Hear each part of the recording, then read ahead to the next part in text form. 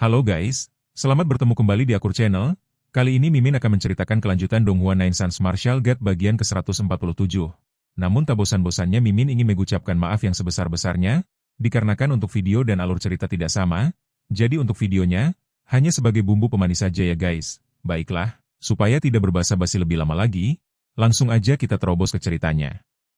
Pada episode sebelumnya, diceritakan di masa lalu, klan Tang pernah berjaya sebelum musnah secara misterius, menyisakan Li Zhong dan Suer dalam penderitaan. Ye Yunfei muncul, menyadari kondisi mereka dan berjanji memulihkan kekuatan serta melindungi mereka, meski ancaman besar mengintai. Ia kemudian mengikuti ujian Akademi Dao Surgawi, menghadapi penghinaan Liu Fei dan membuktikan bakat luar biasa dengan menaiki tangga hingga tingkat tinggi. Dalam ujian kedua, ia menembus pegunungan dan mengalahkan serangan monster, bahkan membalik jebakan Liu Fei hingga menghancurkannya. Saat bahaya memuncak dengan munculnya ahli kuat, Tetua Tang turun tangan, menyelamatkan situasi dan menegakkan keadilan, hingga Ye Yunfei akhirnya lulus dan resmi menjadi murid akademi. Di balik gerbang itu terdapat Akademi Jalan Surgawi, sebuah tempat yang selama ini hanya hidup dalam cerita dan bayangan, kini berdiri nyata di hadapan Ye Yunfei dan Taoist Dadi, menghadirkan kesan yang begitu agung sekaligus menekan. Akademi tersebut dikenal sebagai salah satu kekuatan paling dahsyat di hutan belantara utara, sebuah pusat kekuatan yang telah melahirkan tak terhitung jumlah ahli dan jenius yang menggetarkan dunia kultivasi. Jika memandang ke kejauhan, terlihat pegunungan yang megah, menjulang tinggi seolah menembus langit, masing-masing memancarkan aura yang mengesankan dan mendalam. Pegunungan itu tersusun dalam lapisan yang tak terhitung, naik turun dengan ritme alami yang tampak seperti gelombang raksasa yang membeku dalam waktu. Kabut tipis menyelimuti puncak-puncaknya, menciptakan suasana misterius yang seolah menyembunyikan rahasia kuno yang belum terungkap. Burung-burung pembawa keberuntungan tampak melayang anggun di udara, gerakan mereka lembut dan penuh harmoni. Sementara kuil-kuil kuno tersebar di antara pegunungan, berdiri diam dalam keheningan yang syarat makna. Tak lama kemudian, bocah berbaju biru itu juga tiba di gerbang akademi. Langkahnya terlihat sedikit tergesa namun tetap menyimpan rasa lega karena berhasil melewati ujian kedua. Selain dirinya, dua pemuda lainnya juga muncul dari arah yang berbeda. Wajah mereka menunjukkan kelelahan sekaligus kebanggaan atas pencapaian yang tidak mudah diraih. Dengan demikian, termasuk Ye Yunfei dan Taoist Dadi, total ada 5 orang yang lulus ujian kedua dan menjadi siswa resmi Akademi Dao Surgawi. Jumlah yang sedikit ini semakin menegaskan betapa ketat dan beratnya proses seleksi yang baru saja mereka lalui. Namun suasana di antara mereka tidak sepenuhnya hangat. Pemuda berbaju biru dan dua pemuda lainnya berdiri cukup jauh dari Ye Yunfei, menjaga jarak dengan jelas, seolah ada garis tak terlihat yang memisahkan mereka. Rasa takut terpancar dari sikap mereka, dan tidak ada satupun dari mereka yang berani mendekat, mengingat apa yang telah mereka saksikan sebelumnya. Di tengah suasana tersebut, Diakon Xie berjalan keluar dari gerbang utama, langkahnya mantap dan penuh wibawa. Ia menyampaikan ucapan selamat kepada semua yang telah berhasil menjadi siswa Akademi Dao Surgawi. Suaranya terdengar lantang dan jelas, mengisi ruang di antara pegunungan yang sunyi. Kemudian, ia mulai menjelaskan struktur akademi. Akademi Dao Surgawi terbagi menjadi 4 sekolah, masing-masing dipimpin oleh seorang kepala sekolah yang memiliki otoritas dan keahlian tinggi. Setiap siswa yang baru masuk harus memilih salah satu sekolah dan menjadi bagian dari sistem tersebut. Pilihan ini bukan sekadar formalitas, melainkan langkah penting yang akan menentukan arah perkembangan mereka di masa depan. Untuk membantu mereka memahami perbedaan tersebut, Diakon Xie mendistribusikan materi berupa lembaran Gyo kepada masing-masing dari 5 peserta. Lembaran itu berisi informasi rinci mengenai keempat sekolah yang ada. Ye Yunfei menerima gulungan Gyo tersebut dengan tenang. Dengan menggunakan kekuatan jiwanya, ia menyelami isi informasi di dalamnya. Ia mengetahui bahwa keempat sekolah tersebut adalah sekolah pertama, kedua, ketiga, dan keempat, masing-masing memiliki karakteristik unik yang membedakan satu sama lain. Di dalam Akademi Dao Surgawi, sebagian besar teknik kultivasi dan buku panduan rahasia tersedia untuk semua siswa, memungkinkan setiap individu untuk mengakses pengetahuan dasar yang luas. Namun, setiap sekolah juga memiliki tradisi dan teknik khusus yang hanya dapat dipelajari oleh siswa di dalamnya, sesuatu yang menjadi keunggulan sekaligus identitas masing-masing sekolah. Setelah memberikan waktu untuk memahami informasi tersebut, Diakon Xie kembali berbicara, menandakan bahwa saatnya telah tiba bagi mereka untuk menentukan pilihan. Pada saat itu, 4 sosok pria tua muncul di area tersebut, kehadiran mereka tiba-tiba namun penuh wibawa. Mereka mendarat di samping para peserta baru dengan sikap yang tenang namun memancarkan tekanan yang tidak dapat diabaikan. Diakon Xie segera menunjukkan rasa hormat, membungkuk kepada mereka. Ia kemudian memperkenalkan keempat tetua tersebut sebagai perwakilan dari masing-masing sekolah, yaitu Tetua Ju dari Akademi pertama, Tetua Lu dari Akademi kedua, Tetua Tang dari Akademi ketiga, dan Tetua Han dari Akademi keempat. Setiap peserta yang ingin bergabung dengan sekolah tertentu dapat mengikuti arahan dari tetua sekolah tersebut. Penjelasan ini membuka tahap baru dalam proses seleksi, di mana setiap sekolah mulai menunjukkan ketertarikan mereka terhadap calon siswa. Tetua Tang dari Akademi ketiga berjalan mendekati Ye Yunfei dengan senyum yang hangat. Sosok ini tidak lain adalah Tang Bo, yang sebelumnya telah menunjukkan perhatian khusus kepada Ye Yunfei. Kehadirannya kali ini menunjukkan bahwa ia tetap mempertahankan minat tersebut. Namun perhatian terhadap Ye Yunfei tidak hanya datang dari satu pihak.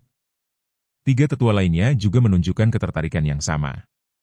Mereka semua menyadari bahwa Ye Yunfei adalah satu-satunya yang berhasil mencapai tingkat kelima tangga batu, sebuah pencapaian yang sangat langka. Dalam waktu singkat, Ye Yunfei dikelilingi oleh para tetua, masing-masing berusaha menariknya ke dalam sekolah mereka. Situasi ini membuat empat siswa lainnya akhirnya menyadari bahwa keempat tetua tersebut datang khusus untuk merekrut Ye Yunfei.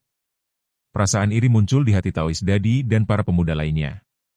Mereka menyaksikan bagaimana Ye Yunfei diperlakukan seperti sosok yang sangat berharga, sesuatu yang jauh dari pengalaman mereka sendiri. Tetua Ju dari Akademi pertama mulai menjelaskan keunggulan sekolahnya.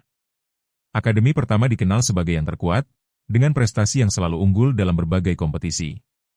Sumber daya yang dimiliki juga paling melimpah, dan selama bertahun-tahun telah menarik banyak jenius untuk bergabung. Tetua Lu dari Akademi kedua kemudian memberikan perspektif lain. Meskipun tidak sekuat Akademi pertama secara keseluruhan, ia menekankan bahwa di Akademi kedua, perhatian terhadap setiap siswa akan lebih besar, memberikan peluang perkembangan yang lebih stabil. Tetua Han dari Akademi keempat juga tidak mau kalah. Ia bahkan menawarkan untuk langsung menerima Ye Yunfei sebagai murid pribadi, sebuah tawaran yang menunjukkan betapa seriusnya ia dalam rekrutnya. Ketiga tetua itu menatap Ye Yunfei dengan penuh harap, seolah keputusan yang akan diambilnya memiliki nilai yang sangat besar. Di tengah situasi tersebut, Ye Yunfei tetap tenang. Ia justru menoleh kepada Tetua Tang, menanyakan secara tidak langsung tentang Akademi ketiga. Namun, sebelum Tetua Tang menjawab, Tetua Ju segera menyampaikan bahwa Akademi ketiga adalah yang terlemah di antara keempat sekolah, dengan prestasi yang selalu berada di posisi terbawah dan menerima sumber daya paling sedikit. Ia berusaha meyakinkan bahwa bergabung dengan Akademi ketiga hanya akan membuang potensi. Tetua Lu dan Tetua Han juga ikut memperkuat pandangan tersebut, masing-masing menegaskan bahwa pilihan terbaik bukanlah Akademi ketiga. Perdebatan di antara ketiga tetua itu semakin memanas, masing-masing berusaha mempertahankan argumen mereka. Sementara itu, Tetua Tang hanya menggelengkan kepala, memilih untuk tidak terlibat dalam persaingan tersebut. Di tengah ketegangan itu, Ye Yunfei akhirnya angkat bicara, menyatakan bahwa ia telah membuat keputusan. Keempat tetua langsung menoleh, menunggu jawabannya dengan penuh perhatian. Dengan tenang, Ye Yunfei menyatakan bahwa ia memilih sekolah ketiga. Keputusan itu mengejutkan semua pihak. Tetua Ju, Tetua Lu, dan Tetua Han tampak tidak percaya, seolah sulit menerima bahwa seseorang dengan bakat seperti itu justru memilih sekolah yang paling lemah. Tetua Tang sendiri tampak terkejut, namun di saat yang sama juga merasakan kebahagiaan yang tidak disembunyikan. Meskipun ketiga tetua lainnya mencoba meyakinkan kembali, Ye Yunfei tetap pada keputusannya. Ia telah mempertimbangkan segalanya dengan matang. Akhirnya, ketiga tetua itu pergi dengan perasaan tidak puas, sementara Tetua Tang menerima Ye Yunfei dengan penuh semangat. Taoist Dadi juga memutuskan untuk bergabung dengan Akademi ketiga, menambah satu anggota baru bagi sekolah tersebut.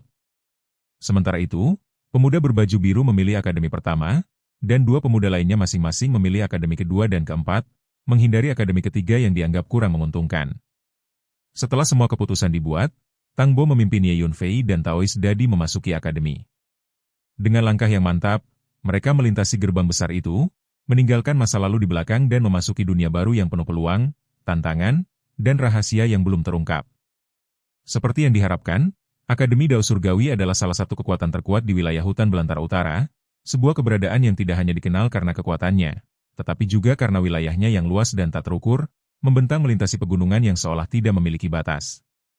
Tempat itu bukan sekadar pusat pembelajaran, melainkan sebuah dunia tersendiri yang berdiri megah di tengah alam liar. Saat memasuki area tersebut, siapapun akan langsung disambut oleh pemandangan pegunungan yang bergelombang, naik dan turun dengan ritme alami yang tampak seperti lukisan hidup.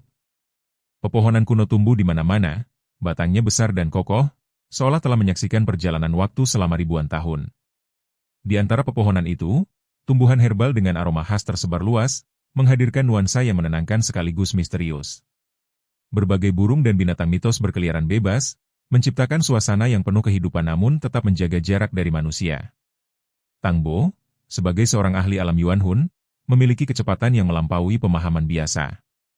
Dengan gerakan yang begitu ringan, ia membawa Ye Yunfei dan Taois Dadi melintasi wilayah Akademi Dao Surgawi dengan kecepatan luar biasa, seolah tubuh mereka hanya bayangan yang melintas tanpa jejak. Sepanjang perjalanan itu, pemandangan berubah dengan cepat, namun tetap meninggalkan kesan mendalam di benak mereka. Sesaat kemudian, Tang Bo mengarahkan perhatian ke depan, menunjukkan wilayah tertentu sebagai bagian dari Akademi Ketiga. Di hadapan mereka, deretan pegunungan yang bergelombang dipenuhi oleh berbagai paviliun dan bangunan yang tersebar secara harmonis, menyatu dengan alam tanpa menghilangkan kesan keagungan. Tak lama setelah itu, Tang Bo memimpin mereka mendarat di sebuah gunung rendah. Tempat itu tampak sederhana dibandingkan bagian lain dari akademi, namun justru memberikan suasana yang tenang dan nyaman. Di atas bukit rendah tersebut terdapat 3 atau 5 gubuk beratap jerami, berdiri dengan sederhana namun kokoh. Di sekitarnya terdapat rumpun bambu yang tersusun rapi, ladang tanaman obat yang terawat dengan baik, serta beberapa pohon tua yang menjulang dengan diam, seolah menjadi saksi bisu dari banyak kejadian di masa lalu. Meskipun tempat itu sederhana, suasananya terasa damai, jauh dari hiruk-pikuk dunia luar, memberikan ruang bagi siapapun untuk berkonsentrasi dalam kultivasi. Tang Bo kemudian memberikan token identitas kepada Ye Yunfei dan Taois Dadi. Token tersebut berupa koin perak yang dilemparkan dengan gerakan ringan dari lengan bajunya, lalu mendarat di depan mereka. Token ini bukan sekadar penanda status, melainkan juga kunci untuk memahami sistem yang berlaku di dalam akademi. Dalam penjelasannya, disebutkan bahwa setiap sekolah memiliki 3 tingkatan siswa, yaitu pemula, menengah, dan mahir. Setiap tingkatan memiliki hak dan keistimewaan yang berbeda, yang akan dipahami secara bertahap seiring perjalanan mereka di dalam akademi. Pada saat itu, Ye Yunfei menunjukkan ketertarikan terhadap posisi siswa elit. Ia ingin mengetahui posisi mereka dalam sistem tersebut. Penjelasan yang diberikan menyatakan bahwa siswa elit dipilih dari siswa tingkat lanjut dari keempat akademi, dan mereka tidak lagi terikat pada satu sekolah tertentu. Mereka menjadi fokus utama akademi dalam pengembangan potensi, berada pada tingkat yang lebih tinggi dibandingkan siswa lainnya. Ketertarikan Ye Yunfei semakin jelas ketika ia mempertanyakan cara tercepat untuk mencapai tingkat tersebut. Hal ini berkaitan erat dengan tujuannya untuk memasuki negeri dewa yang jatuh, sebuah tempat yang hanya dapat diakses oleh siswa elit. Dalam penjelasan lebih lanjut, terdapat 2 cara untuk meningkatkan level siswa. Metode pertama adalah melalui penilaian yang diadakan setiap 3 tahun sekali, di mana siswa yang lulus dapat naik ke tingkat berikutnya. Metode kedua adalah melalui pengumpulan poin kontribusi, yang diperoleh dengan menyelesaikan berbagai tugas di dalam akademi. Untuk naik dari tingkat pemula ke menengah, diperlukan 5.000 poin kontribusi, sedangkan untuk naik dari menengah ke tingkat lanjut diperlukan 50.000 poin kontribusi. Setelah mencapai tingkat lanjut, siswa dapat berpartisipasi dalam kompetisi tahunan akademi, sebuah ajang di mana keempat sekolah mengirimkan siswa terbaik mereka untuk bersaing. Dari kompetisi inilah siswa elit akan dipilih. Penjelasan itu disertai dengan keyakinan bahwa dengan bakat yang dimiliki Ye Yunfei, ia dapat mencapai tingkat lanjut dalam waktu 5 hingga 6 tahun, dan dalam 10 tahun berpotensi menjadi siswa elit. Namun, Ye Yunfei memiliki pandangan yang berbeda. Ia tidak berniat untuk tinggal selama itu. Ketika mengetahui bahwa kompetisi antar perguruan tinggi akan diadakan 3 bulan kemudian, ia langsung menyadari bahwa waktu yang tersedia sangat terbatas. Meskipun penjelasan menyatakan bahwa hanya siswa tingkat lanjut yang berhak berpartisipasi, Ye Yunfei tetap memiliki tekad untuk mencapainya dalam waktu tersebut. Setelah semua penjelasan selesai, Tang Bo memberikan slip geokomunikasi, yang memungkinkan mereka untuk menghubunginya kapan saja. Setelah itu, ia pergi meninggalkan mereka. Setelah kepergian Tang Bo, Ye Yunfei segera menyampaikan rencananya kepada Taois Dadi. Ia menetapkan target untuk menjadi siswa tingkat lanjut dalam waktu 3 bulan, lalu mengikuti kompetisi akademi untuk mencapai status siswa elit. Taois Dadi menyadari betapa sulitnya rencana tersebut, namun ia tetap menunjukkan kepercayaan penuh terhadap Ye Yunfei. Ye Yunfei kemudian merinci langkah-langkah yang harus dilakukan, mulai dari mengumpulkan 5.000 poin kontribusi untuk naik ke tingkat menengah, hingga 50.000 poin untuk mencapai tingkat lanjut. Selain itu, ia juga berencana mengajarkan teknik kultivasi dan keterampilan bela diri kepada Taois Dadi, dengan latihan intensif siang dan malam selama 3 bulan. Dengan tekad yang kuat, Mereka sepakat untuk memulai semua itu keesokan hari. Malam itu, Ye Yunfei masuk ke salah satu gubuk jerami dan duduk bersila untuk beristirahat, menenangkan tubuh dan pikirannya. Taois Dadi juga melakukan hal yang sama di gubuk lain, mempersiapkan diri untuk perjalanan berat yang akan datang. Di tempat lain, di Tianzhou, markas besar keluarga Liu, suasana yang sangat berbeda terjadi. Liu Zihao, kepala keluarga Liu, dipenuhi amarah setelah mengetahui kematian putrinya. Dengan kekuatan luar biasa, ia menghancurkan meja kopi yang terbuat dari kayu besi dingin berusia ratusan tahun, menunjukkan betapa besar kemarahannya. Ia kemudian memberikan perintah kepada Ruan Shiguang untuk membunuh Ye Yunfei dengan segala cara. Sebuah cincin spasial diberikan sebagai imbalan, yang berisi hadiah berharga. Ruan Shiguang menerima tugas tersebut dengan penuh keyakinan, menyatakan bahwa ia telah membuat pengaturan untuk menghadapi Ye Yunfei di dalam Akademi Dao Surgawi. Sementara itu, di kota Tiandao, di dalam sebuah aula besar, sekelompok orang juga merencanakan hal yang sama. Mereka telah menanam mata-mata di dalam akademi dan siap untuk bergerak. Target mereka tidak hanya Ye Yunfei, tetapi juga sebuah harta penting yang diyakini berada padanya, yaitu perisai pelindung langit. Perintah untuk merebut kembali harta tersebut datang langsung dari Raja Iblis Ao Yue, menjadikan misi ini semakin penting. Kembali ke Akademi Dao Surgawi, Ye Yunfei sedang duduk bersila di dalam gubuk jerami, memulihkan diri dengan tenang. Pikirannya jernih, tubuhnya stabil, seolah tidak terpengaruh oleh ancaman yang sedang mendekat.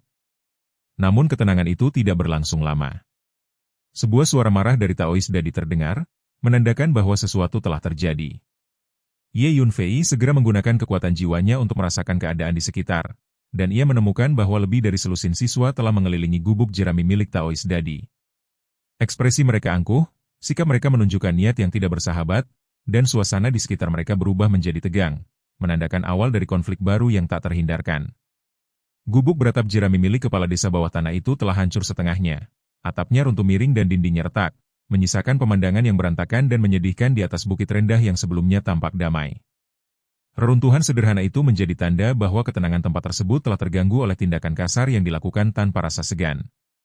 Master Dadi bergegas keluar dari gubuk beratap jerami yang roboh itu, langkahnya cepat dan penuh emosi, wajahnya dipenuhi amarah yang sulit disembunyikan. Tatapannya tajam, napasnya berat, dan seluruh sikapnya menunjukkan bahwa ia tidak akan menerima perlakuan semacam ini tanpa perlawanan. Di hadapannya, seorang pemuda berjubah ungu berdiri dengan sikap arogan dan mendominasi, tubuhnya tegak dengan dagu sedikit terangkat, memperlihatkan rasa percaya diri yang berlebihan. Ia menyampaikan maksudnya dengan nada yang penuh tekanan, menegaskan bahwa Du Fen adalah murid baru, dan menurut peraturan sekolah mereka, murid baru yang baru datang harus menunjukkan rasa bakti kepada murid senior. Ia kemudian mengarahkan agar semua barang yang dibawa dikeluarkan untuk diperiksa secara menyeluruh, dan jika ada yang sesuai dengan keinginan mereka, maka barang tersebut akan diambil dengan alasan yang dibungkus dalam kesan seolah-olah itu adalah hal yang wajar. Di sekelilingnya, sekitar selusin mahasiswa, baik laki-laki maupun perempuan, berdiri dengan posisi yang mengelilingi area tersebut. Senyum mengejek terlihat jelas di wajah mereka, beberapa di antaranya saling melirik dengan ekspresi yang menunjukkan bahwa mereka menikmati situasi tersebut. Sikap mereka menunjukkan kebiasaan yang sudah sering dilakukan, seolah ini bukan pertama kalinya mereka melakukan hal seperti ini kepada siswa baru. Selain itu, banyak siswa lain di kejauhan yang menyaksikan pemandangan itu dengan santai. Mereka berdiri berkelompok, sebagian tersenyum, sebagian menunjuk, dan sebagian lagi berkomentar satu sama lain, memperlakukan kejadian ini seperti tontonan yang menghibur. Di tengah tekanan tersebut, Guru Taois Dadi menunjukkan penolakan yang tegas. Ia mempertanyakan alasan mengapa ia harus menunjukkan barang-barangnya kepada mereka, lalu secara langsung menyuruh mereka pergi dengan nada yang tidak menyembunyikan kemarahannya. Reaksi itu segera memicu perubahan suasana. Pemuda berjubah ungu yang sebelumnya berbicara langsung mengerutkan kening, ekspresinya berubah menjadi tidak senang, jelas merasa bahwa sikap Dadi telah melewati batas yang ia anggap wajar. Di saat yang sama, seorang pemuda lain berbaju putih melangkah sedikit ke depan. Dengan ekspresi yang tampak santai namun menyimpan maksud tertentu, ia memberikan isyarat halus agar Dadi mematuhi apa yang diminta oleh kakak senior Tong. Ia menekankan bahwa temperamen kakak Tong tidak baik, dan jika tidak mengikuti permintaan tersebut, konsekuensi yang akan dihadapi akan sangat serius. Pada saat itu, Ye Yunfei telah keluar dari gubuk beratap jerami dan berjalan menuju sisi Taois Dadi. Langkahnya tenang, tatapannya datar, dan sikapnya tidak menunjukkan sedikit pun kepanikan. Ia melirik sekitar selusin murid yang mengelilingi gubuk tersebut, mengamati mereka dengan ketenangan yang kontras dengan situasi tegang di sekitarnya. Pemuda berbaju putih kemudian mengalihkan perhatiannya kepada Ye Yunfei, menyadari kehadiran orang kedua yang merupakan murid baru. Ia menyampaikan maksud yang sama, meminta agar semua barang yang dibawa diserahkan untuk diperiksa, dengan penjelasan bahwa mereka tidak akan mengambil semuanya, hanya sebagian saja. Ia juga menegaskan bahwa ini adalah sesuatu yang dialami oleh setiap mahasiswa baru, seolah menjadikan tindakan itu sebagai tradisi yang tidak bisa ditolak. Tidak hanya itu, pemuda berjubah ungu yang disebut sebagai kakak senior Tong kembali menambahkan tuntutan. Ia menyatakan bahwa selain menyerahkan barang, mereka juga harus memberikan setengah dari seluruh sumber daya kultivasi yang diberikan oleh akademi kepada mereka selama 1 tahun sebagai bentuk upeti. Pernyataan tersebut membuat guru Taois Dadi semakin marah. Dalam pikirannya, tuntutan itu tidak berbeda dengan perampokan terang-terangan, sesuatu yang tidak dapat diterima oleh akal sehat. Melihat reaksi tersebut, kakak senior Tong menunjukkan sikap yang lebih tegas. Tatapannya menajam, dan ia mengisyaratkan bahwa penolakan terhadap permintaan tersebut akan membawa masalah yang serius. Ye Yunfei, yang sejak tadi diam, akhirnya berbicara dengan nada tenang. Ia mempertanyakan apakah mereka tidak takut diselidiki dan dihukum oleh Akademi Ketiga dan Perguruan Tinggi atas tindakan seperti ini. Sikapnya tetap datar, namun kata-katanya membawa tekanan tersendiri. Namun, pertanyaan itu justru memicu tawa dari sekitar selusin siswa yang ada di sana. Mereka tampak tidak menganggap serius kekhawatiran tersebut, seolah hukum dan aturan bukanlah sesuatu yang membatasi tindakan mereka. Seorang siswa bertubuh kekar kemudian melangkah maju, mendekati Ye Yunfei. Tatapannya berubah tajam, dan aura yang ia pancarkan menunjukkan niat yang tidak bersahabat. Ia menjelaskan bahwa akademi memperbolehkan bahkan mendorong persaingan penuh antar siswa, dan selama tidak ada kematian, pihak akademi tidak akan ikut campur dalam konflik di antara mereka. Ia juga menambahkan bahwa 2 mahasiswa baru ini tidak berarti apa-apa bagi akademi, serta menyebut bahwa kakak senior Tong memiliki koneksi di dalam akademi, sehingga bahkan jika mereka dihancurkan, hukuman yang diterima tidak akan berat. Ia menekankan bahwa di dalam lingkungan akademi, ada orang-orang yang tidak boleh dibantah. Kakak senior Tong kemudian menyatakan bahwa ini adalah kesempatan terakhir bagi mereka untuk memilih antara patuh atau menolak. Jika menolak, maka mereka akan dipukul setiap hari sampai menyerah. Mendengar semua itu, Ye Yunfei justru mengangguk pelan, seolah memahami aturan yang berlaku. Ia menunjukkan ketertarikan terhadap fakta bahwa selama tidak ada yang meninggal, akademi tidak akan ikut campur. Kemudian, dengan nada yang tetap tenang, ia memberikan pernyataan yang mengejutkan. Ia menyampaikan tuntutan yang sama kepada mereka, meminta agar semua barang yang mereka bawa dikeluarkan untuk diperiksa, serta seluruh sumber daya kultivasi yang diberikan akademi tahun ini diserahkan sebagai bentuk penghormatan. Ucapan tersebut membuat sekitar selusin siswa itu terdiam, pikiran mereka seolah berhenti sejenak, tidak percaya dengan apa yang baru saja mereka dengar. Para siswa yang menyaksikan dari kejauhan juga menunjukkan reaksi yang sama, bertanya-tanya apakah mereka salah memahami situasi. Mahasiswa bertubuh kekar itu segera menunjukkan kemarahan, ekspresinya menjadi garang, menuntut penjelasan atas apa yang baru saja diucapkan oleh Ye Yunfei. Kakak senior Tong juga dipenuhi amarah, dan kekuatan spiritual di sekeliling tubuhnya mulai meningkat, menunjukkan bahwa ia siap untuk bertindak. Para siswa lainnya juga melepaskan kekuatan spiritual mereka, menciptakan tekanan yang terasa berat di seluruh area.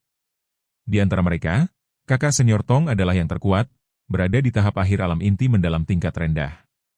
Selain itu, terdapat seorang kultivator tingkat lanjut, 5 kultivator tingkat menengah, dan sisanya berada di tahap awal.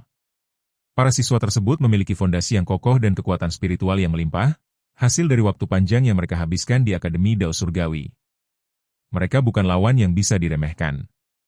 Di kejauhan, para penonton mulai membicarakan situasi ini, menilai bahwa meskipun Ye Yunfei tampak berani, ia akan segera dikalahkan. Nama Tong Hu disebut sebagai sosok yang memiliki reputasi sebagai penindas di Akademi Ketiga, membuat banyak orang merasa bahwa nasib Ye Yunfei sudah dapat ditebak. Di atas bukit, suasana menjadi sangat tegang. Sekitar selusin siswa berdiri mengelilingi Ye Yunfei, tatapan mereka tajam dan siap bertindak kapan saja. Ye Yunfei kembali mengulangi permintaannya dengan nada tenang, tanpa menunjukkan rasa takut sedikit pun. Tidak lama setelah itu, mahasiswa bertubuh kekar melangkah maju dan langsung menyerang Ye Yunfei dengan pukulan yang penuh kekuatan. Namun Ye Yunfei tidak menghindar, melainkan membalas dengan pukulan yang sama. Hasilnya terjadi dalam sekejap. Lengan siswa tersebut hancur, tubuhnya terpental dan jatuh jauh, tidak mampu bangkit kembali. Pemandangan itu menunjukkan perbedaan kekuatan yang begitu jelas. Ye Yunfei hanya menggelengkan kepala, menyiratkan bahwa tindakan tersebut tidak lebih dari usaha sia-sia. Kakak senior Tong kemudian memberikan perintah untuk menyerang. Sekitar selusin siswa bergerak dari berbagai arah, mencoba mengeroyok Ye Yunfei secara bersamaan. Namun Ye Yunfei tetap tenang. Ia melepaskan kekuatan fisiknya, lengannya membesar, dan kekuatan setengah naga mengalir ke tinjunya. Dalam waktu yang sangat singkat, ia melayangkan serangan kepada setiap siswa yang mendekat. Satu demi satu, para siswa itu terpental, termasuk kakak senior Tong. Tidak ada satupun dari mereka yang mampu menahan satu serangan pun dari Ye Yunfei. Para siswa yang menyaksikan dari kejauhan terdiam dalam keterkejutan. Mata mereka terbuka lebar, tidak mampu mempercayai apa yang baru saja terjadi, menyadari bahwa pemuda baru di hadapan mereka bukanlah seseorang yang bisa dipandang rendah. Di atas bukit rendah yang masih menyisakan bekas kerusakan dari sebelumnya, suasana belum benar-benar kembali tenang ketika peristiwa berikutnya mulai bergulir dengan cepat. Kakak laki-laki itu, yang tubuhnya berlumuran darah dan tampak dalam kondisi menyedihkan, berusaha bangkit dari tanah dengan susah payah. Gerakannya tidak stabil, namun sorot matanya dipenuhi kemarahan yang belum padam, menunjukkan bahwa harga dirinya terluka jauh lebih dalam daripada luka di tubuhnya. Dalam kondisi seperti itu, niat untuk pergi mulai muncul dari pihak mereka, sebuah upaya untuk menarik diri dari situasi yang semakin tidak menguntungkan. Namun, langkah itu belum sempat benar-benar dilakukan ketika Ye Yunfei bergerak maju dengan kecepatan yang sulit diikuti pandangan biasa. Ia langsung menghalangi jalan kakak senior Tong, berdiri di hadapannya dengan sikap tenang namun penuh tekanan. Dalam nada yang dingin dan tanpa emosi, Ye Yunfei menyatakan bahwa tidak ada yang namanya keuntungan tanpa usaha, dan bahwa semua yang mereka miliki harus diserahkan. Ia juga menambahkan bahwa setiap orang di antara mereka harus bersumpah dengan sungguh-sungguh untuk menyerahkan seluruh sumber daya kultivasi yang telah disediakan oleh Akademi selama 1 tahun kepada dirinya dan Taoist Dadi. Pernyataan itu membuat wajah kakak senior Tong berubah.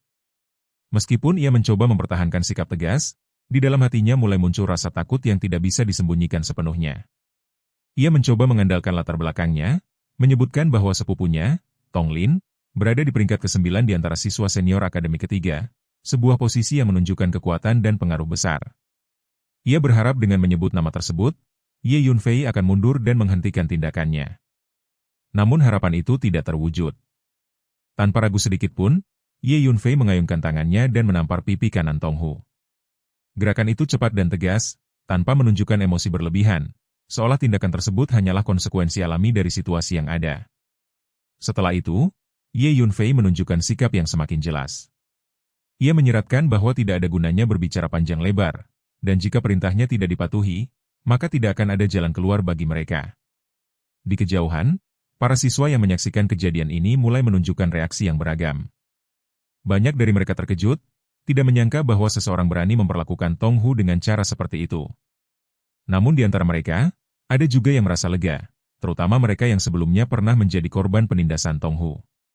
Dalam diam, mereka menikmati pembalasan yang sedang terjadi di depan mata mereka. Tong Hu sendiri tidak mampu menyembunyikan amarahnya. Pipi kanannya membengkak, darah mengalir dari sudut bibirnya, dan ekspresinya menunjukkan bahwa ia berada di ambang kehilangan kendali. Namun sebelum ia sempat melakukan sesuatu, Ye Yunfei kembali mengayunkan tangannya dan menampar pipi kirinya. Dengan nada yang tetap tenang, Ye Yunfei menyampaikan bahwa jika Tong Hu masih belum menerima keadaan, maka ia akan terus memukulnya hingga benar-benar menyerah. Kata-kata tersebut sebenarnya merupakan pengulangan dari apa yang sebelumnya diucapkan oleh Tong Hu sendiri kepada Ye Yunfei dan Taoist Dadi, kini dikembalikan dengan makna yang berbalik. Setelah itu, tangan Ye Yunfei bergerak dengan kecepatan tinggi, menampar wajah Tong Hu berulang kali tanpa memberi kesempatan untuk melawan. Setiap gerakan terasa seperti penegasan dominasi yang tidak terbantahkan. Akhirnya, Tong Hu tidak mampu lagi menahan rasa sakit dan tekanan mental yang ia alami. Dalam keadaan yang penuh rasa malu, ia mengakui kekalahan dan menyatakan penyerahan dirinya. Air mata mengalir di wajahnya, mencerminkan kehancuran harga diri yang selama ini ia banggakan. Tanpa pilihan lain, ia mengeluarkan semua barang miliknya dan membiarkan Ye Yunfei memilih yang diinginkan. Ye Yunfei kemudian menyita semua barang yang paling berharga tanpa ragu. Setelah itu, Tong Hu bersumpah dengan sungguh-sungguh untuk menyerahkan seluruh sumber daya kultivasi yang diberikan oleh Akademi selama 1 tahun kepada Ye Yunfei dan Taoist Dadi. Dengan Tong Hu sebagai pemimpin, para pengikutnya tidak memiliki keberanian untuk menentang. Mereka mengikuti tindakan tersebut satu persatu, menyerahkan barang-barang mereka dan menyatakan sumpah yang sama. Dalam keadaan yang menyedihkan dan penuh rasa malu, Tonghu bersama sekitar selusin pengikutnya akhirnya meninggalkan tempat itu. Langkah mereka berat, dan tidak ada satupun dari mereka yang berani menoleh ke belakang.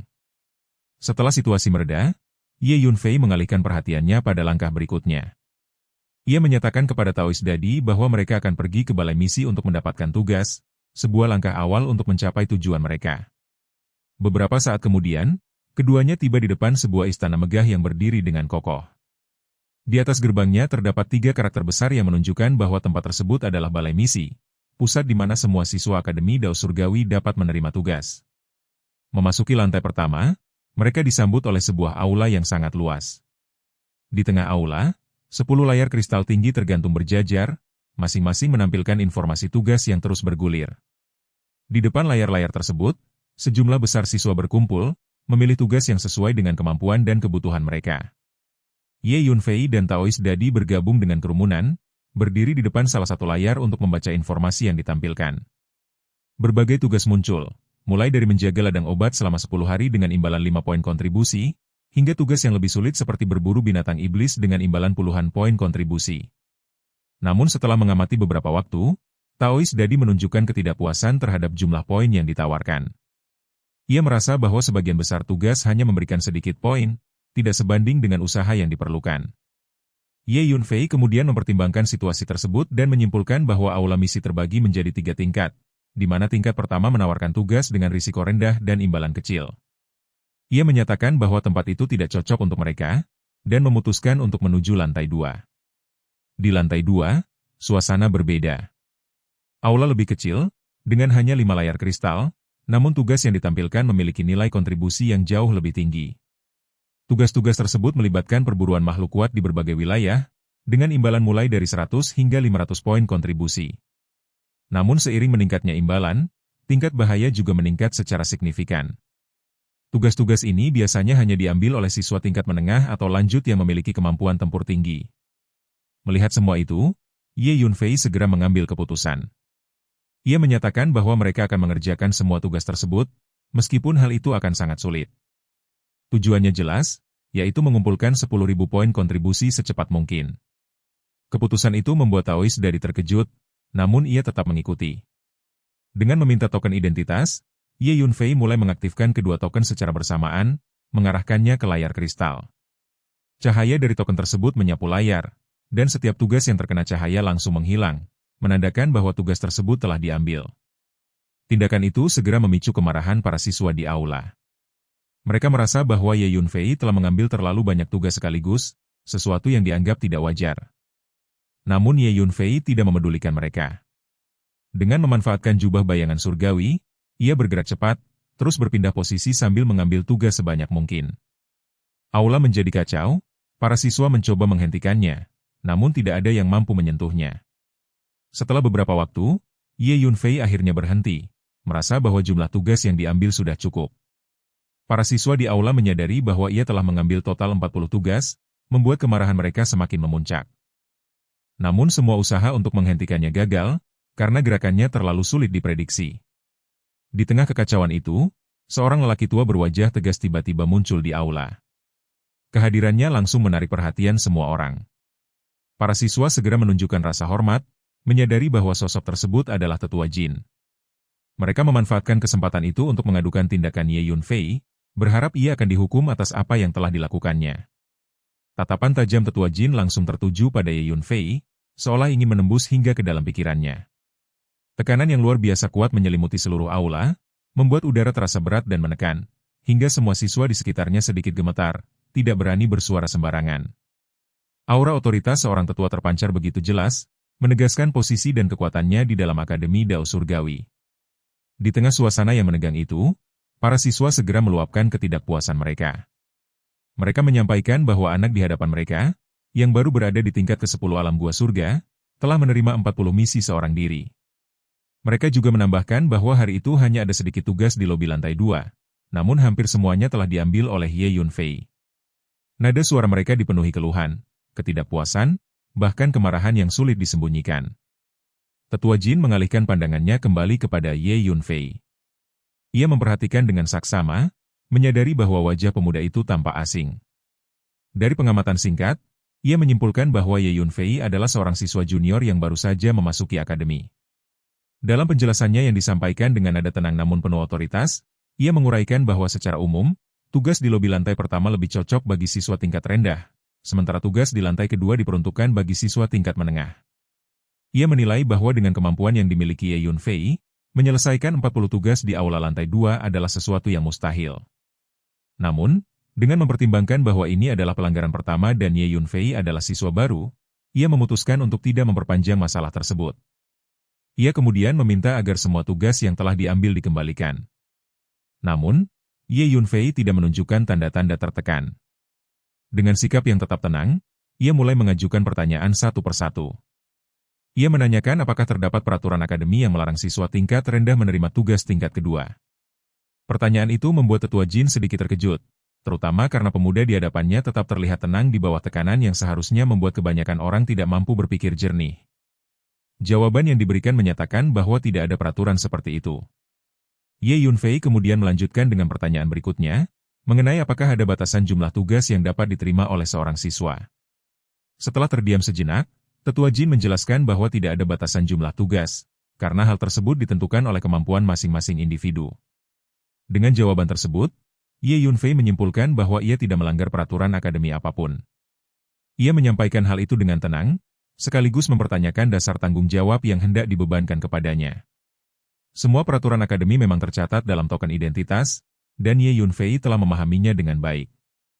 Tetua Jin tampak ragu sejenak, kemudian mencoba mengarahkan pembicaraan ke aspek lain. Ia menekankan bahwa meskipun tidak ada pelanggaran aturan, menerima begitu banyak tugas tanpa kemampuan untuk menyelesaikannya tetap akan berakibat buruk. Jika tugas-tugas tersebut tidak dapat diselesaikan, akademi akan memberikan hukuman yang berat. Namun, Ye Yunfei tetap pada pendiriannya.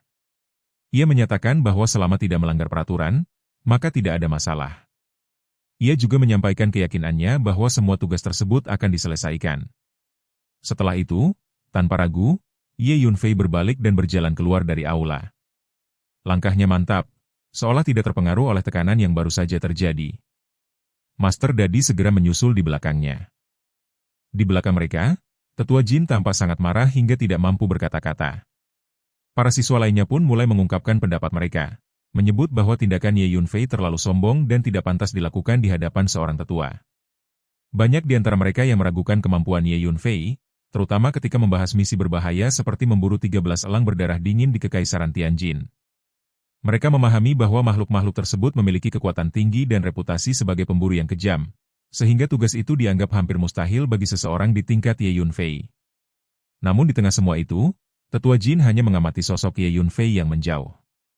Dalam benaknya, ia mulai mempertimbangkan kemungkinan bahwa pemuda tersebut memang memiliki sesuatu yang luar biasa.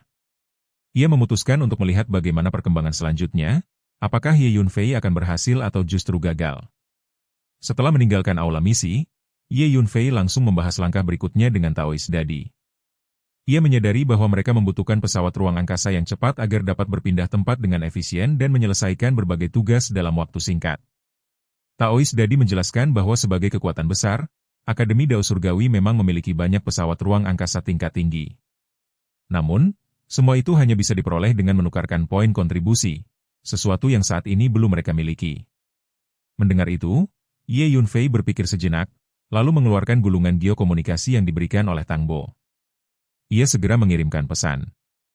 Pada saat yang sama, berita mengenai tindakan Ye Yunfei menyebar dengan sangat cepat. Informasi tentang seorang siswa tingkat rendah bernama Su Ye yang menerima 40 misi sekaligus menjadi bahan pembicaraan di seluruh aula misi, bahkan meluas ke seluruh Akademi Dao Surgawi. Banyak siswa yang menganggap tindakan tersebut sebagai sesuatu yang gila. Mereka memilih untuk menunggu dan melihat hasilnya, dengan sebagian besar yakin bahwa Ye Yunfei akan gagal, bahkan mungkin kehilangan nyawanya dalam proses tersebut.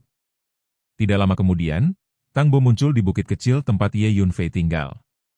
Ia datang dengan cepat, menunjukkan bahwa ia segera merespons pesan yang dikirimkan. Ye Yunfei dan Taoist Dadi telah menunggu. Tang Bo menatap Ye Yunfei dengan ekspresi serius, menunjukkan bahwa ia sudah mengetahui apa yang terjadi. Ia mempertanyakan tindakan Ye Yunfei yang menerima 40 misi sekaligus. Ye Yunfei mengakui hal tersebut tanpa ragu. Tang Bo kemudian menjelaskan bahwa meskipun ia memahami bahwa kekuatan tempur Ye Yunfei melebihi tingkat kultivasinya, tindakan ini tetap terlalu berisiko. Namun sebelum ia menyelesaikan penjelasannya, Ye Yunfei menyela dengan tenang, menyatakan bahwa tugas-tugas tersebut sangat mudah baginya. Ia juga langsung menyampaikan kebutuhannya akan pesawat ruang angkasa yang cepat. Tang Bo terkejut mendengar keyakinan tersebut, namun setelah mempertimbangkan sejenak, ia memilih untuk mempercayai Ye Yunfei. Ia memahami bahwa tindakan ini dilakukan untuk mengumpulkan poin kontribusi dengan cepat. Akhirnya, ia memberikan sebuah pesawat ruang angkasa sebagai hadiah. Dengan satu gerakan ringan, sebuah pesawat kecil muncul dan melayang di depan Ye Yunfei. Setelah itu, Tang Bo pergi dengan cepat. Dengan ekspresi ringan, Ye Yunfei mengajak Taois Dadi untuk segera berangkat. Tak lama kemudian, pesawat ruang angkasa melesat ke langit, meninggalkan Akademi Dao Surgawi dan menuju cakrawala yang jauh. Di dalam pesawat tersebut, Taois Dadi tidak dapat menyembunyikan kekagumannya terhadap kecepatan yang luar biasa. Ye Yunfei menetapkan tujuan pertama mereka, yaitu Gurun Yuanzhou Hala, di mana mereka harus memburu 10 unta iblis.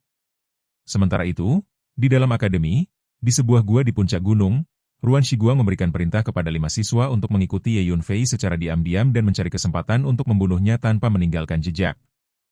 Kelima siswa tersebut berada di tingkat alam inti agung, menunjukkan bahwa ancaman yang dihadapi Ye Yunfei semakin serius.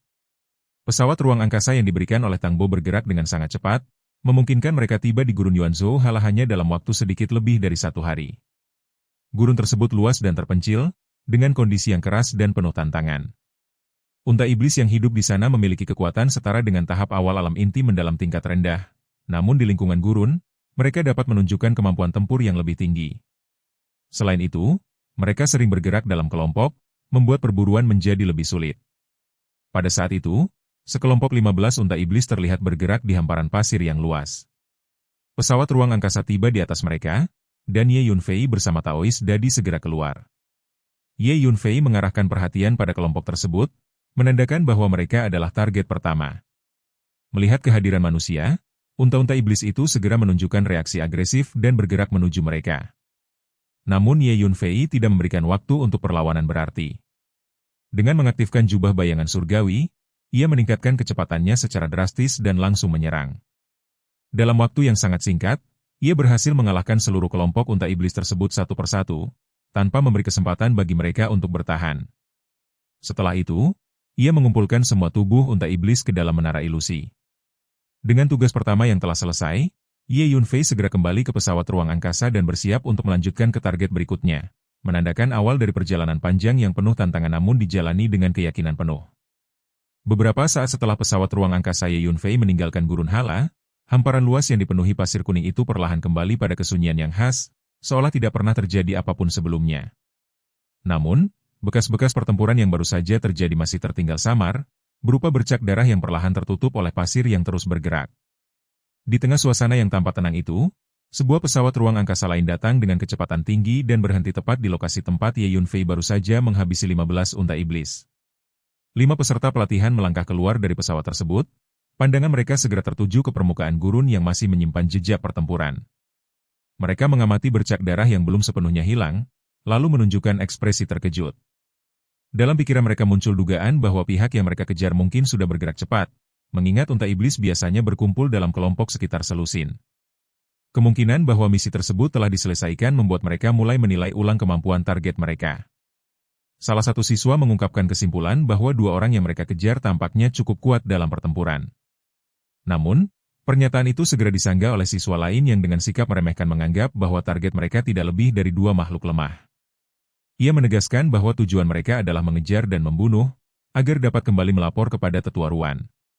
Keyakinan mereka semakin diperkuat oleh fakta bahwa mereka memiliki kendali penuh atas informasi misi yang diambil oleh Ye Yunfei dan Taois Dadi, sehingga mengetahui dengan tepat kemana arah pergerakan mereka. Tanpa ragu, kelima siswa itu kembali ke pesawat ruang angkasa mereka dan melanjutkan pengejaran. Tidak lama setelah keberangkatan mereka, sebuah pesawat ruang angkasa hitam muncul di langit gurun dengan cara yang sulit dideteksi. Di dalamnya, seorang pria parubaya mengamati keadaan dengan wajah serius.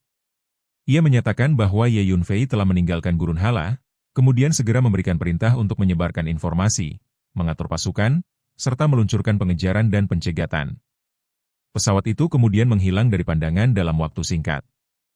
Beberapa hari ke depan, perjalanan Ye Yunfei dan Taoist Dadi berlangsung tanpa henti.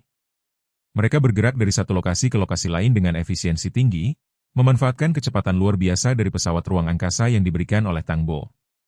Dalam setiap misi, Ye Yunfei selalu mengambil alih bagian tersulit. Target terkuat yang harus dihadapinya hanyalah makhluk pada tahap akhir alam inti mendalam tingkat rendah, sesuatu yang sama sekali tidak menjadi tantangan baginya. Sebagian besar waktu mereka dihabiskan untuk perjalanan, sementara setiap misi yang dijalankan diselesaikan dalam waktu singkat setelah tiba di lokasi. Ye Yunfei merasa puas dengan performa pesawat ruang angkasa tersebut, karena dalam kondisi tertentu mampu membawa mereka mencapai tujuan berikutnya hanya dalam waktu setengah hari. 5 hari kemudian, mereka tiba di wilayah lain di hutan belantara utara, tepatnya di prefektur Zhao dalam wilayah Kekaisaran Tianjin, di pegunungan Tianchang. Sebuah pesawat ruang angkasa melayang di ketinggian, sementara di dalamnya Taoist Dadi memperhatikan lingkungan sekitar dengan ekspresi serius. Ia mengingat informasi bahwa sarang 13 elang berdarah dingin seharusnya berada di pegunungan ini, namun luasnya wilayah membuat pencarian menjadi sulit. Ia juga memahami bahwa kelompok tersebut adalah perampok yang licik dan berpengalaman, sehingga tidak mudah ditemukan. Namun, Ye Yunfei tidak berniat mencari secara konvensional. Ia menghentikan pesawat ruang angkasa, lalu melangkah keluar dengan sikap tenang. Setelah itu, ia melakukan tindakan yang mengejutkan, menarik napas dalam-dalam hingga seolah menyedot udara di sekitarnya. Kemudian, ia melepaskan teknik raungan singa dari klan singa gila. Seruan yang ia keluarkan menyebar luas, mengguncang wilayah pegunungan dan menarik perhatian siapapun yang berada di sekitarnya. Gelombang suara yang kuat menyapu area tersebut, menyebabkan perubahan drastis pada lingkungan sekitar. Hutan dan pegunungan mengalami kerusakan besar, menciptakan pemandangan yang menyerupai kehancuran akibat kekuatan yang tak terkendali. Setelah itu, Ye Yunfei kembali ke pesawat ruang angkasa dan memutuskan untuk berpindah lokasi, mengulangi tindakan yang sama beberapa kali. Ia memahami bahwa cara ini akan memancing target keluar dari persembunyian.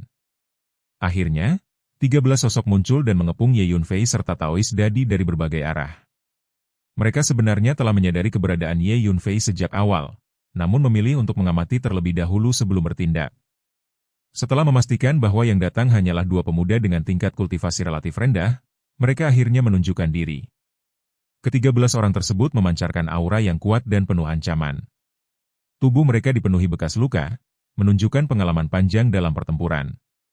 Mereka adalah kelompok yang dikenal sebagai 13 elang berdarah dingin, perampok yang telah lama menebar ketakutan. Ye Yunfei tetap berdiri dengan tenang, tangannya berada di belakang punggung, seolah tidak menganggap mereka sebagai ancaman. Sementara itu, para anggota kelompok tersebut mulai mengejek dan meremehkan Ye Yunfei serta Taoist Dadi, menganggap mereka sebagai korban yang mudah. Namun, Ye Yunfei dengan tenang menyatakan bahwa mereka tidak perlu mengetahui identitasnya, karena mereka akan segera mati. Salah satu anggota kelompok, seorang pria pendek dengan wajah garang, langsung menyerang. Ia menggunakan teknik berbasis cakar dengan kecepatan tinggi, mengincar bagian vital Ye Yunfei. Namun, Ye Yunfei tidak menghindar, melainkan menerima serangan tersebut secara langsung. Tubuhnya tetap tidak terluka, membuat penyerang itu terkejut. Tanpa memberi kesempatan, Ye Yunfei langsung membalas dengan serangan yang menghancurkan tubuh lawannya. Melihat hal itu, 12 anggota lainnya langsung menyerang bersama-sama. Serangan mereka menghantam Ye Yunfei secara bersamaan, namun hanya mampu menggoyahkan tubuhnya sedikit tanpa memberikan kerusakan berarti. Sebaliknya, Ye Yunfei mulai membalas dengan serangan bertubi-tubi. Dalam waktu singkat, 8 orang terbunuh. Dari 13 orang, hanya tersisa 4 yang berada pada tahap akhir alam inti mendalam tingkat rendah. Keempat orang itu mulai merasakan ketakutan yang nyata. Mereka menyadari bahwa lawan yang mereka hadapi bukanlah target yang lemah, melainkan sosok yang jauh lebih berbahaya. Salah satu dari mereka mencoba melarikan diri, namun Ye Yunfei bergerak lebih cepat dan langsung mengejarnya. Dalam waktu singkat, keempat orang itu berhasil dihabisi. Dengan demikian, kelompok 13 elang berdarah dingin yang selama ini menebar teror akhirnya dilenyapkan sepenuhnya. Ye Yunfei kemudian menunjukkan kepuasan atas hasil tersebut, menyatakan bahwa satu tugas lagi telah selesai. Taoist Dadi juga menyadari bahwa dengan kecepatan seperti ini, mereka tidak akan membutuhkan waktu lama untuk mencapai target poin kontribusi. Namun, situasi kembali berubah ketika 5 pemuda muncul di hadapan mereka. Mereka melangkah dengan tenang namun penuh tekanan, menunjukkan bahwa mereka bukan lawan biasa. Salah satu dari mereka, yang tampak elegan dengan kipas di tangannya, menunjukkan kekaguman terhadap kekuatan Ye Yunfei. Kelima pemuda tersebut ternyata adalah siswa dari Akademi Dao Surgawi, namun mereka datang dengan tujuan yang jelas, yaitu membunuh Ye Yunfei. Alasan mereka berkaitan dengan kematian putri keluarga Liu di Tianzhou serta konflik dengan Tetua Ruan. Mendengar hal itu, ekspresi Ye Yunfei menjadi dingin. Meskipun dihadapkan pada 5 ahli alam inti agung, Ye Yunfei tetap tidak menunjukkan rasa gentar. Ia bahkan menyatakan dengan tenang bahwa kelima orang tersebut akan mati di tempat itu, tanpa kesempatan untuk kembali. Kelima siswa itu terdiam sejenak, keterkejutan terpancar jelas di wajah mereka setelah mendengar kata-kata Ye Yunfei.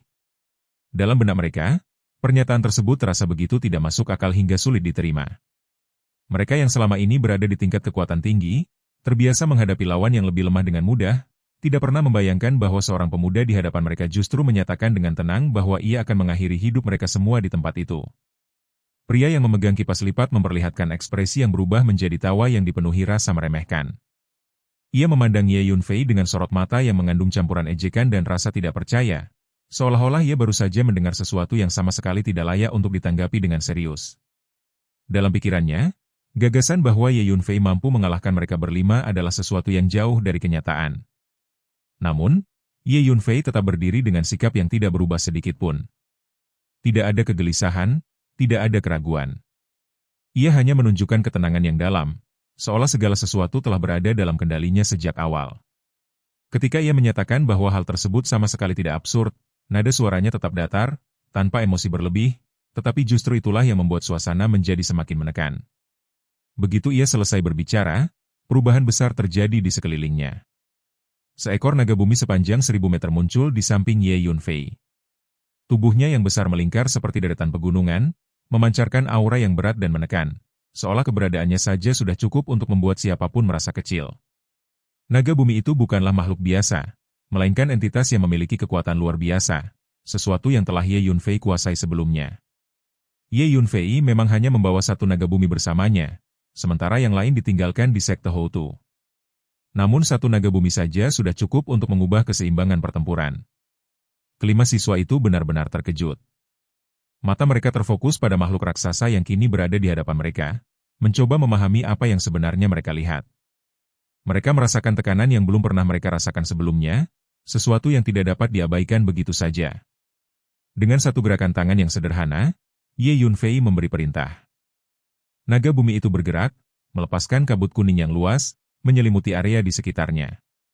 Kabut tersebut terasa berat, menghalangi pandangan, dan menciptakan suasana yang menekan. Dalam kondisi seperti itu, kelima siswa tersebut tidak memiliki pilihan selain bertindak. Mereka menyerbu naga bumi secara bersamaan. Namun, kekuatan naga bumi jauh melampaui mereka. Ekor tebalnya bergerak dengan kecepatan yang sulit diikuti oleh mata, dan kelima siswa itu tidak mampu menghindar. Tubuh mereka terdorong jauh, kehilangan keseimbangan, dan menyadari bahwa mereka telah meremehkan lawan yang tidak seharusnya diremehkan. Naga bumi ini memiliki kekuatan yang cukup untuk menghadapi seorang ahli di alam inti agung tingkat lanjut. Sementara itu, yang terkuat di antara 5 siswa tersebut hanya berada di tahap menengah alam inti agung. Perbedaan kekuatan itu terlalu besar untuk dijembatani. Naga bumi kemudian bergerak lagi, mengincar salah satu siswa yang berada di tahap awal alam inti agung. Siswa itu merasakan bahaya yang luar biasa dan segera mencoba melarikan diri. Namun, jarak dan kecepatan tidak memihak padanya. Tubuhnya hancur dalam sekejap, tanpa kesempatan untuk bertahan. Sisa 4 siswa lainnya menghadapi nasib yang sama. Dalam waktu singkat, mereka semua kehilangan nyawa, tanpa mampu memberikan perlawanan berarti. Setelah semuanya berakhir, Ye Yunfei berdiri dengan ekspresi dingin, pikirannya langsung tertuju pada sosok di balik semua ini, yaitu Ruan Shiguang dari keluarga Liu di Tianzhou. Namun, situasi tidak berhenti di sana. Puluhan sosok tiba dari segala arah. Mereka bergerak dengan cepat, membentuk lingkaran yang mengepung Ye Yunfei dan Taoist Dadi. Semua yang datang adalah ahli di alam inti agung yang mendalam, jumlah mereka lebih dari 40 orang. Seorang pria parubaya di antara mereka menatap Ye Yunfei dengan dingin, menyebut namanya secara langsung. Hal ini membuat Ye Yunfei menyipitkan mata. Sejak tiba di medan bintang Xuan Huang, hampir tidak ada yang memanggilnya dengan nama aslinya. Dari situ, Ye Yunfei segera memahami bahwa mereka berasal dari ras iblis kuno, kelompok yang memang memiliki alasan untuk mencarinya. Tanpa membuang waktu, pria parubaya itu memberi perintah untuk menyerang. Ye Yunfei segera mengambil keputusan. Ia memindahkan naga bumi dan Taoist Dadi ke dalam menara ilusi, menyadari bahwa menghadapi lebih dari 40 ahli di alam inti agung secara langsung bukanlah pilihan bijak untuk saat ini. Ketika serangan datang dari segala arah, Ye Yunfei menggunakan energi spasialnya dan menghilang dari tempat itu. Para ahli yang mengepungnya menjadi terkejut, kehilangan jejak target mereka. Pria parubaya itu menunjukkan ekspresi yang semakin gelap, mengingat kembali teknik pergerakan Ye Yunfei yang sulit dilacak. Tidak lama kemudian, Ye Yunfei muncul di kejauhan, berdiri di puncak gunung. Kehadirannya kembali memancing kemarahan kelompok tersebut, yang segera bergerak untuk mengejar. Namun, setiap kali mereka mendekat, Ye Yunfei kembali menghilang. Pergerakannya terlalu sulit diprediksi. Begitu ia memasuki ruang, auranya lenyap sepenuhnya, membuatnya tidak dapat dilacak bahkan dengan kekuatan jiwa. Melihat situasi ini, pria parubaya itu memutuskan untuk membagi pasukan. Ia berharap bahwa dengan menyebar, mereka akan memiliki peluang lebih besar untuk menemukan Ye Yunfei. Keputusan ini justru menjadi keuntungan bagi Ye Yunfei. Dari tempat persembunyiannya, ia mengamati pergerakan lawan, lalu mulai bertindak. Salah satu ahli di tahap awal alam inti agung menjadi target pertama. Dari bawah tanah, naga bumi muncul dan langsung mengakhiri hidupnya. Kemudian, Ye Yunfei menggunakan pedang jiwa surgawi, menyerang lautan jiwa target berikutnya. Serangan tersebut membuat lawan kehilangan fokus, memberikan celah bagi naga bumi untuk menyelesaikan serangan. Dengan koordinasi yang sempurna antara serangan fisik dan serangan jiwa, Ye Yunfei dan naga bumi berhasil menghabisi lebih dari selusin ahli dalam waktu singkat. Pria parubaya dan sisa pasukan mulai menyadari posisi Ye Yunfei dan bergerak menuju arah tersebut. Namun, Ye Yunfei kembali menghilang, menghindari konfrontasi langsung. Serangan demi serangan terus dilakukan secara terpisah. Setiap kali muncul, Ye Yunfei menargetkan satu atau beberapa musuh, lalu menghilang kembali sebelum mereka bisa membalas. Jumlah lawan terus berkurang. Akhirnya, hanya tersisa sekitar selusin orang. Wajah mereka pucat, hati mereka dipenuhi ketakutan. Mereka menyadari bahwa mereka sedang menghadapi lawan yang tidak bisa diprediksi dan tidak bisa ditangkap. Pria parubaya itu memerintahkan agar mereka tetap bersama, tidak lagi berpencar. Namun, Ye Yunfei tidak muncul lagi dalam waktu lama.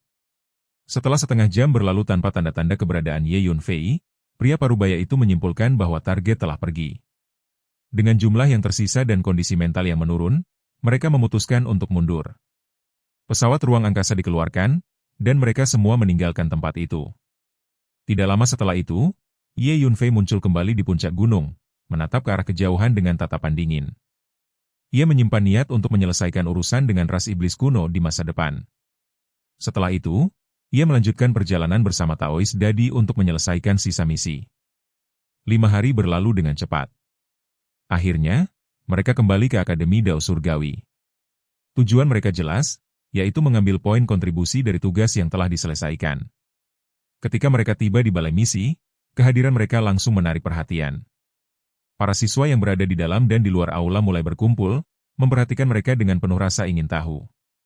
Banyak yang masih mengingat bahwa sekitar 10 hari sebelumnya, Ye Yunfei telah mengambil 40 misi sekaligus dari lantai 2. Kini, melihatnya kembali dalam waktu singkat, mereka mulai berspekulasi. Sebagian besar tidak percaya bahwa ia mampu menyelesaikan semua tugas tersebut, apalagi dalam waktu yang begitu singkat. Namun, Ye Yunfei tetap berjalan dengan tenang, sementara Taoist Dadi hanya bisa menunjukkan senyum kecut, menyadari bahwa mereka kembali menjadi pusat perhatian di tengah keramaian tersebut. Ye Yunfei dan Taoist Dadi memasuki aula misi, tempat sekelompok besar siswa telah berkumpul dalam lapisan demi lapisan, menciptakan suasana yang penuh tekanan dan hiruk-pikuk yang padat. Kehadiran mereka segera menjadi pusat perhatian, seolah seluruh ruang itu berputar mengelilingi dua sosok tersebut. Kerumunan yang begitu padat membuat setiap langkah terasa berat, sementara pandangan dari segala arah tertuju tanpa henti. Terlebih lagi, semakin banyak siswa terus berdatangan ke aula misi setelah mendengar kabar yang telah menyebar luas. Informasi tentang 2 siswa baru yang berani naik ke lantai 2 gedung misi dan menerima 40 misi sekaligus telah menjalar ke seluruh penjuru akademi, membangkitkan rasa penasaran yang besar. Para siswa dari berbagai tingkat datang untuk menyaksikan langsung, ingin melihat apakah kabar itu benar atau hanya sekadar rumor yang dilebih-lebihkan. Dalam waktu singkat, aula misi itu dipenuhi oleh manusia. Tidak ada ruang kosong yang tersisa, dan suasana menjadi semakin padat serta menekan. Banyak siswa menunjuk ke arah Ye Yunfei dan Taoist Dadi, sementara yang lain saling berbisik, membahas tindakan mereka dengan berbagai ekspresi, mulai dari rasa kagum, ragu, hingga ejekan. Di tengah kerumunan itu, sebuah perubahan terjadi. Tetua Jin muncul, berdiri tepat di depan Ye Yunfei dan Taoist Dadi. Tatapannya tajam, namun kali ini terdapat sesuatu yang berbeda dalam ekspresinya, seolah ia sedang menilai sesuatu yang jauh lebih dalam daripada sekadar tindakan di aula misi. Ia menatap keduanya dengan rasa terkejut yang tidak disembunyikan. Kemudian, ia menyampaikan bahwa pemimpin ingin bertemu dengan Ye Yunfei. Nada yang digunakan menunjukkan bahwa pertemuan ini bukan hal sepele, melainkan sesuatu yang penting dan tidak dapat dihindari. Ye Yunfei, dalam pikirannya, menyadari bahwa para petinggi Akademi Dao Surgawi akhirnya mengetahui identitasnya. Ia menarik napas dalam hati, memahami bahwa momen ini memang akan datang cepat atau lambat. Tanpa bertanya lebih lanjut, Ye Yunfei hanya mengangguk. Sikapnya tetap tenang, seolah ia sudah mempersiapkan diri untuk menghadapi apapun yang akan terjadi. Tetua Jin kemudian bergerak ke udara, dan Ye Yunfei mengikuti dari belakang. Di sisi lain, Taoist Dadi hanya bisa menggelengkan kepala, menyadari bahwa situasi yang mereka hadapi mulai berkembang ke arah yang lebih rumit. Tak lama kemudian, Ye Yunfei dibawa ke sebuah istana. Di dalam istana itu duduk 6 orang tua, masing-masing memancarkan aura yang berat dan penuh wibawa. Di tengah, seorang pria lanjut usia duduk dengan posisi yang paling menonjol, wajahnya menunjukkan keagungan yang tidak terbantahkan. Tetua Jin melaporkan bahwa Ye Yunfei telah tiba, lalu mundur dengan sikap hormat. Pria tua di tengah itu mengangguk perlahan, lalu mengarahkan pandangannya pada Ye Yunfei. Dialah kepala sekolah akademi ketiga, sosok dengan otoritas tertinggi di tempat itu. 5 tetua lainnya juga mengalihkan perhatian mereka ke arah Ye Yunfei, menatapnya dengan berbagai ekspresi yang sulit ditebak. Di antara mereka, Ye Yunfei melihat sosok yang dikenalnya. Tatapannya tertuju pada Tang Bo, dan ia memberikan anggukan kecil sebagai bentuk pengakuan. Tang Bo kemudian menyampaikan bahwa Ye Yunfei telah menyelesaikan ke-40 misi yang diambil dari balai misi. Ia menyampaikan hal tersebut dengan nada yang mengandung rasa ingin memastikan, meskipun di baliknya tersimpan kekaguman yang tidak sepenuhnya disembunyikan. Ye Yunfei menjawab dengan tenang bahwa semua misi telah selesai dan ia baru saja hendak menukarkannya dengan poin kontribusi. Tang Bo mengangguk, kali ini dengan nada yang lebih menyerupai seruan kekaguman daripada sekadar pengakuan biasa. Namun, suasana berubah ketika ketua aula ketiga berbicara dengan nada lembut, menyatakan bahwa akan lebih baik jika Ye Yunfei bukanlah Ye Yunfei. Ucapan itu membuat semua orang di aula memusatkan perhatian penuh, menunggu reaksi dari pemuda yang berdiri di tengah tekanan tersebut. Ye Yunfei hanya tersenyum tipis dan menyatakan bahwa sayangnya ia memang Ye Yunfei. Ia telah memahami bahwa identitasnya tidak lagi dapat disembunyikan, terutama setelah kejadian di Pegunungan Tianchang, di mana lebih dari 40 ahli di alam inti agung yang dikirim oleh ras iblis kuno muncul secara langsung. Tang Bo kemudian menanyakan dengan jelas apakah Ye Yunfei benar-benar Ye Yunfei dari benua Tianxuan. Pertanyaan itu disampaikan dengan nada yang mengandung keterkejutan sekaligus kepastian yang ingin ditegaskan. Ye Yunfei mengangguk. Setelah itu, suasana di dalam aula menjadi sunyi. Para petinggi akademi ketiga menatap Ye Yunfei dengan ekspresi yang kompleks, seolah masing-masing memiliki pertimbangan sendiri. Ketua aula ketiga kemudian menyampaikan bahwa Ye Yunfei terlalu banyak membawa masalah, dan akademi ketiga mungkin tidak mampu menampungnya. Ye Yunfei menanggapi dengan menyinggung kekuatan Akademi Dao Surgawi, mempertanyakan apakah mereka benar-benar perlu takut pada klan iblis kuno atau sekte misteri surgawi. Namun, ketua aula ketiga menjelaskan bahwa lebih baik menghindari masalah daripada menciptakan masalah baru. Ia menekankan bahwa Akademi Dao Surgawi, khususnya Akademi ketiga, membutuhkan lingkungan yang tenang agar para siswa dapat berlatih dengan fokus. Ye Yunfei memahami maksud tersebut dan mengangguk. Ketua aula ketiga menyatakan bahwa baik jika Ye Yunfei memahami situasi itu. Tang Bo tampak ingin berbicara, namun dihentikan. Keputusan telah dibuat, dan tidak ada ruang untuk perdebatan lebih lanjut. Kemudian, seorang pria tua bertubuh pendek dan kurus mengajukan pertanyaan mengenai jubah pelindung langit, harta milik sekte misteri surgawi yang sangat berharga. Ia menyinggung bahwa benda tersebut kemungkinan besar berada pada Ye Yunfei. Ye Yunfei langsung menyela, mempertanyakan alasan di balik pertanyaan tersebut. Pria tua itu menyatakan bahwa ia hanya penasaran, namun ekspresinya menunjukkan sesuatu yang lebih dari sekadar rasa ingin tahu. Setelah itu, Ye Yunfei memutuskan untuk pergi. Ia menyampaikan perpisahan kepada Tang Bo dan yang lainnya, lalu berbalik. Namun langkahnya dihentikan oleh pria tua tersebut. Ia kemudian menyampaikan niatnya untuk memberikan saran, menjelaskan bahwa jubah pelindung langit adalah harta yang sangat kuat dan akan menarik perhatian sekte misteri surgawi. Ia menyinggung bahwa memiliki harta seperti itu dapat membawa bahaya. Kemudian, ia mengungkapkan bahwa mereka telah berdiskusi dan bersedia membeli jubah pelindung langit dengan harga tinggi. Selain itu, teknik bela diri tingkat lanjut yang dikuasai Ye Yunfei juga dianggap bernilai tinggi dan dapat dijual kepada akademi. Tang Bo tampak terkejut dengan arah pembicaraan tersebut. Namun pria tua itu tetap melanjutkan, menyatakan bahwa kesepakatan ini akan menguntungkan Ye Yunfei dan bahkan melindunginya dari masalah di masa depan. Ye Yunfei merespons dengan dingin, menyatakan bahwa ia tidak tertarik. Ia kembali melangkah keluar. Ekspresi pria tua itu berubah, lalu ia melangkah maju dan melepaskan tekanan energi yang besar, menekan Ye Yunfei. Ketua aula ketiga juga berdiri, menunjukkan bahwa mereka benar-benar serius dengan tawaran tersebut. Tekanan dari dua ahli alam Yuan Hun itu membuat suasana menjadi sangat berat. Namun, Ye Yunfei tetap berdiri tegak, mengandalkan kekuatan tubuhnya yang telah mencapai tingkat setengah naga serta teknik tubuh yang telah ia kuasai hingga puncak. Para petinggi di aula itu tidak dapat menyembunyikan keterkejutan mereka melihat keteguhan Ye Yunfei. Dalam kondisi tersebut, Ye Yunfei mencibir, mengisyaratkan bahwa tindakan mereka tidak berbeda dengan perampokan. Pria tua itu tetap bersikeras bahwa mereka hanya ingin melakukan kesepakatan. Namun Ye Yunfei justru tertawa, menyiratkan sindiran tajam terhadap sikap para petinggi akademi.